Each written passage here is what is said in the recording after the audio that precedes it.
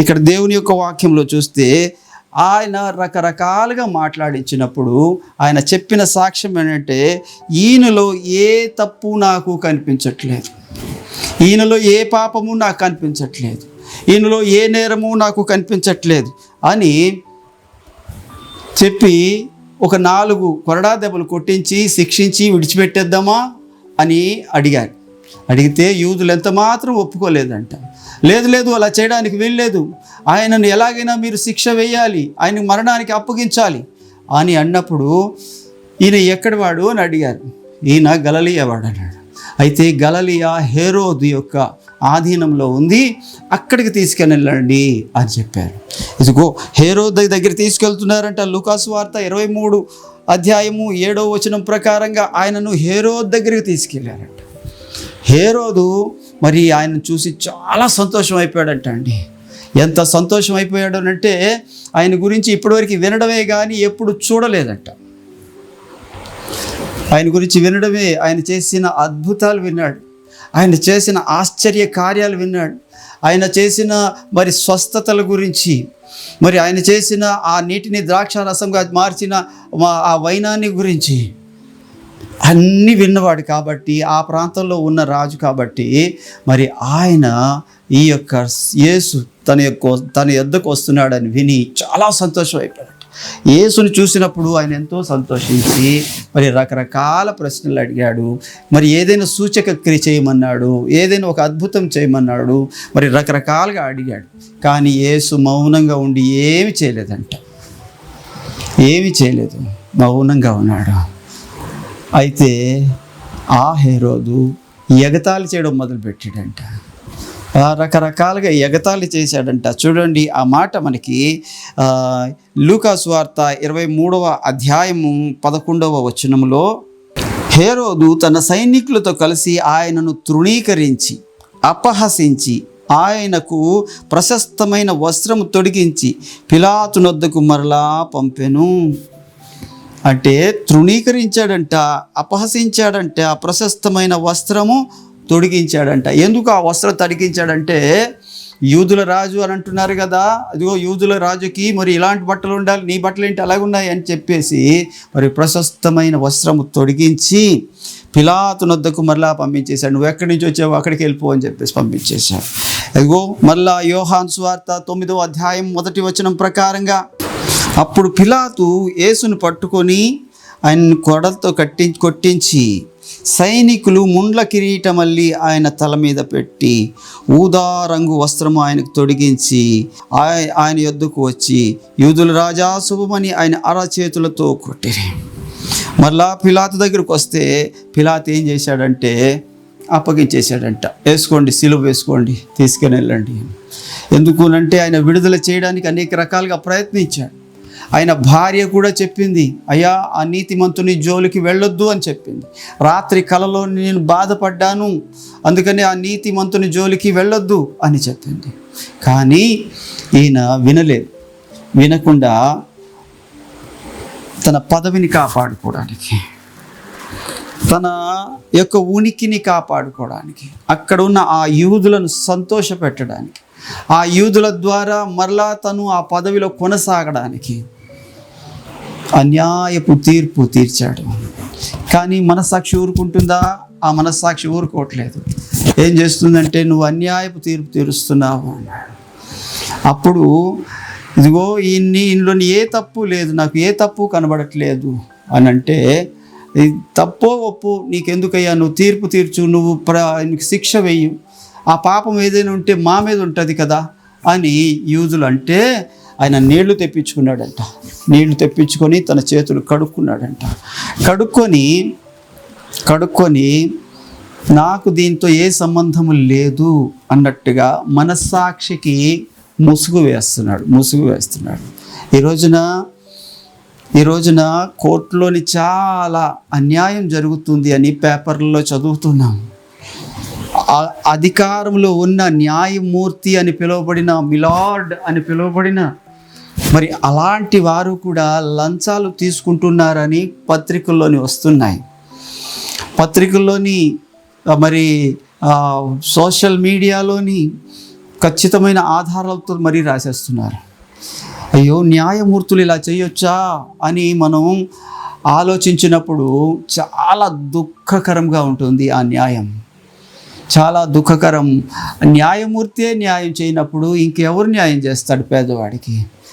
వాళ్ళకి ఏదో పదవులు, అలా న్యాయమూర్తి అయిన తర్వాత మరి ఆయన పదవి కాలం ముగిసిన తర్వాత మరలా ఏదో రాజకీయ పదవి ఇస్తానన్నా, లేకపోతే ఆయనకి ఏదో ఒక ప్రయోజనం చేకూరుస్తానన్నా వాగ్దానాన్ని బట్టి ఆ రాజకీయ నాయకులు ఎలా చెప్తే అలాగా తీర్పులు తీరుస్తున్నారు ఇప్పుడు న్యాయమూర్తులు. ఇక్కడ చూసినట్లయితే అదే జరుగుతుంది. మళ్ళీ పిలాతు దగ్గరికి తీసుకొస్తే ఆయన ఆ యూదుల నుండి ఒత్తిడికి లోనైపోయి ఆ యూదులను సంతోషపెట్టడానికి, తన పదవిని కాపాడుకోవడానికి, తన ప్రయోజనం కోసం తన మనస్సాక్షి తప్పు తప్పు తప్పు అని చెప్తున్నప్పటికీ కూడా మరి అన్యాయపు తీర్పు తీర్చాడంట, సిలువకు అప్పగించాడంట. ఈ రోజున చూసినట్లయితే నీ ప్రభు, నా ప్రభు ఇలాంటి అన్యాయపు తీర్పు ఎందుకు భరించాడు అంటే, ఆ అన్యాయపు తీర్పు నీది లేదా నాది లేదా మన అందరిది, మానవ జాతిది. మనమందరము ఆ అన్యాయపు తీర్పును పొందవలసిన వారమై ఉన్నారు. అప్పుడు మనకి అన్యాయం కాదు, అది న్యాయమే. ఆ తీర్పు మనకి న్యాయమే. అసలు సిలువలోని ఒక ప్రభువుతో పాటు కుడివైపున ఒకరు, ఎడం వైపున ఒకరు ఉన్నారు. ఆ కుడివైపున ఒకరు, ఎడం వైపున ఒకరు దొంగలు అని పిలువబడుతున్నారు. మరి మధ్యలో సిలువ ఎవరి కోసం తయారు చేశారు? అప్పటికప్పుడే కదా, ఆ సాయంత్రమే కదా ఆయనని మరి అరెస్ట్ చేసింది. ఆ రాత్రే కదా మరి ఆయనకి తీర్పు తీర్చేసి శిక్ష వేసేసింది. అది 6 స్థలాల్లో తీసుకెళ్ళి చేశారు కదా. మరి అప్పటికప్పుడే ఆ సిలువ ఎవరి కోసం అని సిద్ధపరిచారు? ఈయన తీసుకొస్తారని ముందే అనుకున్నారా? లేదు కదా. మరి అది ఎవరి కోసం అంటే బరబ్బా అనే ఒక దొంగ కోసం సిద్ధపరిచిన సిలువ. అక్కడ కూడా యేసు ప్రభుకి అన్యాయమే జరుగుతుంది. ఎవరినో వేయాల్సిన సిలువ యేసు ప్రభుకి వేస్తున్నారు. ఎవరినో అన్న ఆ బరబ్బా నువ్వే, ఆ బరబ్బా నేనే, ఆ బరబ్బా మనమే, మనుషులు అనబడిన మనమే. ఈ రోజున దేవుని యొక్క వాక్యంలో ఈ మాటను బట్టి ఆయన మన కోసము అన్యాయపు తీర్పు అర్ధరాత్రి వేళ పొందాడు. అర్ధరాత్రి ప్రపంచంలో, సృష్టిలో ఏవో ఒకరు కూడా ఇలాంటి వాటికి తీర్పు తీర్చరు. ఇక రెండవది చూసినట్లయితే ఆయనకి అబద్ధ సాక్ష్యాలు చెప్పారంట ఆయన మీద. అబద్ధ సాక్ష్యాలు ఏంటి? అబద్ధ సాక్ష్యాలు, ఇగో ఈయన ఈ దేవాలయాన్ని పడగొడితే మళ్ళా కడతానన్నాడండి అని చూసినట్లయితే మార్కు సువార్త 14వ అధ్యాయం 56లోని ఈ దేవాలయాన్ని పడగొట్టండి, నేను మళ్ళా కడతానంటున్నాడండి. అయితే యేసు ప్రభు చెప్పిన దేవాలయము ఆయన శరీరం అనే దేవాలయం. ఇది మనకి కొరింథీ పత్రిక 3వ అధ్యాయంలో కనబడుతుంది. మీ దేహము దేవుని ఆలయమై ఉన్నదనియు పరిశుద్ధాత్మకు నిలయమై ఉన్నదని మీరు ఎరుగరా? ఈ శరీరమే దేవాలయం దేవునికి. హస్తకృత్యములైన ఈ గోడల మధ్యలోనే ఆయన నివసించడు. హస్తకృత్యములైన చేతి పని అయిన వాటిలోని ఆయన నివసించడు. ప్రభు తన చేతులతో చేసుకున్న ఈ శరీరములో, మానవ హృదయములో ఆయన నివసించే దేవుడుగా ఉన్నాడు. ఈ రోజున ప్రభు నీతో మాట్లాడుతుంది ఏంటంటే, ఇగో ఇక్కడ దేవుని యొక్క వాక్యం చెప్తుంది, సాక్ష్యం చెప్తున్నారంట. ఈ దేవాలయాన్ని పడగొడితే నేను 3 రోజుల్లో లేపుతాను. అవును, ఈ దేవాలయం అంటే యేసుక్రీస్తు ప్రభు వారి శరీరము. ఆ శరీరాన్ని మీరు పడగొడితే మరలా నేను 3వ రోజున లేపేస్తాను అనగా, 3వ రోజున నేను సమాధిని జయించి, మరణాన్ని జయించి, పునరుద్ధానుడనై లెగుస్తాను అని సాదృశ్య రూపంగా ఆయన చెప్పారు. వాళ్ళు దానిని తప్పు అర్థంతో సాక్ష్యంగా చెప్తున్నారు. అయితే ఆయన మాట్లాడలేదు. ఆయన మాట్లాడాలంటే కావాల్సినంత మాటలు ఉన్నాయి. ఆయన అక్కడ మౌనం వహించాడంట. ఎందుకు మౌనం వహించాడు? ఇగో 3 సార్లు ఇంట్లో తప్పు లేదు అని అంటూనే 3 సార్లు ఆయన తప్పుని ఒప్పుకుంటూ, ఆయన తప్పు లేదని చెప్తూనే శిక్ష వేస్తున్నాడంటే ఆయనే తప్పు చేస్తున్నాడని ఒప్పుకుంటూ మరి ఆ యొక్క పిలాతు శిక్ష విధించాడు, అక్కడ మాట్లాడలేదు. రెండవది, ఆయన మీద నేరాలు నిందలు మోపుతున్నారు, అక్కడ మాట్లాడలేదు. అగో ఆ హేరోదు ఏదైతే అపహసిస్తున్నాడో అక్కడ మాట్లాడలేదు. ఆయన ప్రతి స్థలములోని మౌనంగా ఉన్నాడు. ఆయన నోరు తెరవలేదు. ఎందుకో తెరవలేదు తెలుసా? ఆయన నోరు తెరిస్తే ప్రతి ఒక్కడి గురించి చెప్తాడు. ఆయన చేస్తుంది తప్పని చెప్తాడు. ఆయన చిన్నప్పుడే 12 సంవత్సరాల వయసు అప్పుడే మరి వారి తల్లిదండ్రులతో కూడా యెరూషలేముకు వెళ్ళి తిరిగి వస్తుంటుండగా వారిలో నుంచి ఆయన తప్పిపోయాడంట, యెరూషలేములో ఉండిపోయాడంట. వీళ్ళు తెలియక చాలా దూరం ముందుకు వెళ్ళిపోయారు. తర్వాత చూసుకున్నారు, అక్కడ కనబడట్లేదు ప్రభు. ఆయన వెతుక్కుంటూ మరలా వెనక్కి వస్తే ఆయన బోధకుల మధ్యలో కూర్చున్నాడట. తల పండిన ధర్మశాస్త్రోపదేశకులు అనబడిన, శాస్త్రులు అనబడిన, యాజకులు ప్రధాన యాజకులు అనబడిన, పరిసయ్యులు అనబడిన మరి వారి మధ్యలో కూర్చొని ఉన్నాడు. వారు అడుగుతున్న ప్రతి దానికి సమాధానం చెప్తున్నాడు 12 సంవత్సరాల వయసులో. వారిని తిరిగి ప్రశ్న వేస్తుంటే ఎవడు సమాధానం చెప్పలేకపోతున్నాడు. అంత వాక్చాతుర్యం, అంత ధర్మశాస్త్రం గురించి తెలిసిన వాడు ఆయన. ఎందుకంటే ఆయనే దానిని రాయించాడు కాబట్టి మోషేతో. ఆయన దాని గురించి శుభ్రంగా తెలిసినవాడు. అలాంటి వాడిని మౌనంగా ఉంచాడు దేవుడు, తండ్రి అయిన దేవుడు. ఎందుకు అనంటే, నోరు తెరవద్దయ్యా, నువ్వు నోరు తెరిస్తే నీకు శిక్ష పడదు.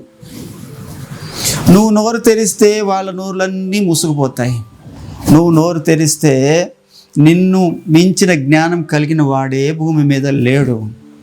కాబట్టి నైనా నోరు తెరవద్దు నాన్న అని చెప్పి తన తండ్రి చెప్పిన మాటకి విధేయుడై నోరు తెరవకుండా, వాళ్ళు చేస్తుంది అన్యాయం అని తెలుసు కూడా, ఆ తీర్పు అన్యాయం అని తెలుసు కూడా, ఆ న్యాయాధిపతి అన్యాయాధిపతిగా ఉన్నాడని తెలుసు కూడా, నిజమైన న్యాయాధిపతి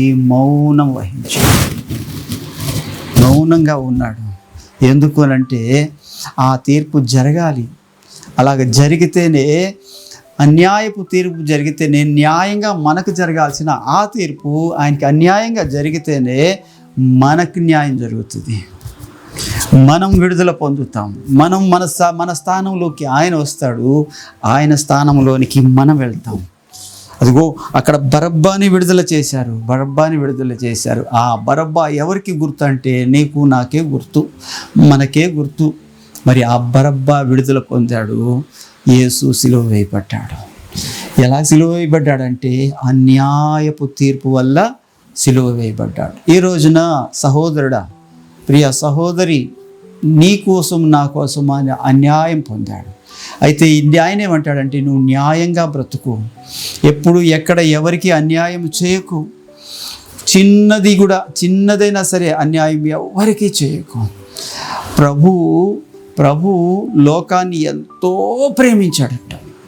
కాగా తన అద్వితీయ కుమారునిగా పుట్టిన వాని యందు విశ్వాసం ఉంచువాడు నిత్య జీవం పొందాలని ఆయనను మనకు అనుగ్రహించాడు. ఆయనను ఎలాగ అనుగ్రహించాడంటే అన్యాయపు తీర్పు పొందడానికి అనుగ్రహించాడు. అలాగ అన్యాయపు తీర్పు పొందకపోతే ఆయనకి శిక్ష పడదు. న్యాయంగా వెళ్ళిపోతే, నోరు కానీ తెరిచి మాట్లాడగలిగితే, తను తానే వాదించుకోగలిగితే ఎవరు కూడా ఆయన ముందు మాట్లాడలేరు. ఆయన జ్ఞానమై ఉన్న దేవుడు, మహాజ్ఞాని. ఆయన జ్ఞానమునికి మితి లేదు అని చెప్తున్నాడు. జ్ఞానమును గుర్చిన సర్వ సమృద్ధి ఆయనలోనే ఉందంటాడు. బుద్ధి జ్ఞానముల సర్వ సమృద్ధి, సర్వ సంపద ఆయనలోనే ఉంది. మరి అలాంటి దేవుడు నోరు తెరవకుండా ఎందుకు మూసుకున్నాడో తెలుసా? నోరు నీకు నాకు స్వాతంత్ర్యం ఇవ్వడానికి, స్వేచ్ఛనివ్వడానికి. ఈ రోజున ఆయనకి అన్యాయపు తీర్పు జరిగింది. మరి నీకు కూడా అన్యాయపు తీర్పు జరిగితే బాధపడొద్దు, నీ ప్రభుకే జరిగింది. అయితే ఆయన అన్యాయంలో ఉండిపోయాడా అంటే లేదు.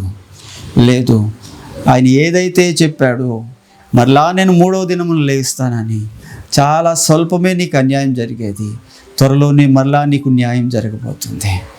కనుక ప్రియ సహోదరుడా, అమ్మా సహోదరి, ఈ రోజున ప్రభువుకి అన్యాయపు తీర్పు తీర్చాడు. దేవుడే తీర్చాడు. దేవుడికి ఇష్టమైందంట ఆయనకి అన్యాయపు తీర్పు అప్పగించడానికి. అందుకని అంటాడు, దీనిని మీలో ఎవరు ఆలోచించరా? ఆలోచించాలి మనం. ఈ తీర్పు ఎందుకు జరిగింది? అలాంటి తీర్పు ఎవరు తీర్చారు? ఎక్కడ తీర్చారు? అది ఎందుకు అలా తీర్చాల్సి వచ్చింది అని మనం ఆలోచించినప్పుడు, ఆ మూలాల్లోకి వెళ్ళినప్పుడు అక్కడ నువ్వు నేనే కనబడతాం. నీ ప్రభువుకి అలాగంతా జరగడానికి కారణంలో నువ్వు నేనే కనబడతాం. కాబట్టి ప్రియ సహోదరుడా, ఆయన నీ కోసం నా కోసము నోరు తెరవని గొర్రె పిల్లగా, వధకు సిద్ధమైన గొర్రె పిల్లగా, తనను తాను అప్పగించుకున్న గొర్రె పిల్లగా, దేవుని ఎదుట మౌనంగా ఉన్న గొర్రె పిల్లగా ఉన్నాడు. మరి ఈ రోజున నేను కూడా ఆ యొక్క అన్యాయాన్ని బట్టి ఆయన మన కోసం మరణించాడని జ్ఞాపకం చేసుకుంటే, ఈ రోజున ఆయన కోసం మనం జీవించాలన్న జ్ఞాపకం మనం పెట్టుకోవాలి. ఆయన కోసం ఇక్కడి నుంచి నేను జీవిస్తాను. నా కోసం ఆయన అన్యాయపు తీర్పు పొంది మరణించాడు కాబట్టి నేను న్యాయమైన దేవుని కోసం న్యాయంగా మరి అన్యాయం అయిపోతున్న అనేక పాపులను మరి ఆ నరకాగ్ని నుండి మళ్ళించి పరలోకం వైపు నడిపించడానికి నేను ఆయన కోసం బ్రతుకుతాను అని నువ్వు నిర్ణయం తీసుకున్నట్లయితే, ఆయన చేసిన ఆ యొక్క త్యాగానికి నిజమైన అర్థం ఉంటుంది. కనుక నువ్వు నేను అలాగ బ్రతుకుదామండి, నేను అలాగ జీవిద్దామండి.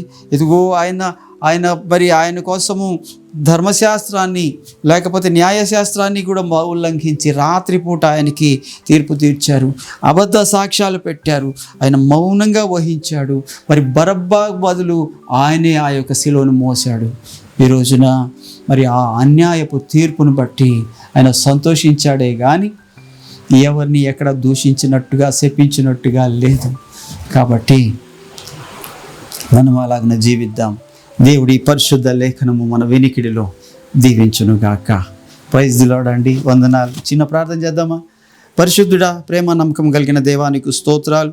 ఈ యొక్క సమయంలో ప్రభువా, నీ యొక్క దివ్యమైన పరిశుద్ధమైన మంచి నామం బట్టి వందనాలు చెల్లిస్తున్నాను ప్రభువా. ఈ యొక్క వాక్యాన్ని దీవించండి, ఆశీర్వదించండి. వినువారు మరి ఆయన ఎందుకు అన్యాయపు తీర్పు పొందాడు తెలుసుకోవడానికి సహాయం చేయండి అయ్యా. మీరు మాకు న్యాయం చేయడానికి మీరు అన్యాయం అయిపోయారు అని తెలుసుకొని ఆయన కోసము జీవించడానికి మీ కృప దయచేయమని యేసు నామములో అడుగుతున్నాను తండ్రి, ఆమేన్.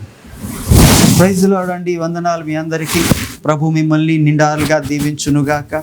ఈ యొక్క వాక్యాన్ని లైక్ చేయండి, షేర్ చేయండి, అనేకులకు మరి పరిచయం చేయండి. మరి అలాగని సబ్స్క్రైబ్ చేయడం మాత్రము మర్చిపోకండి. వందనాలు. Praise lord.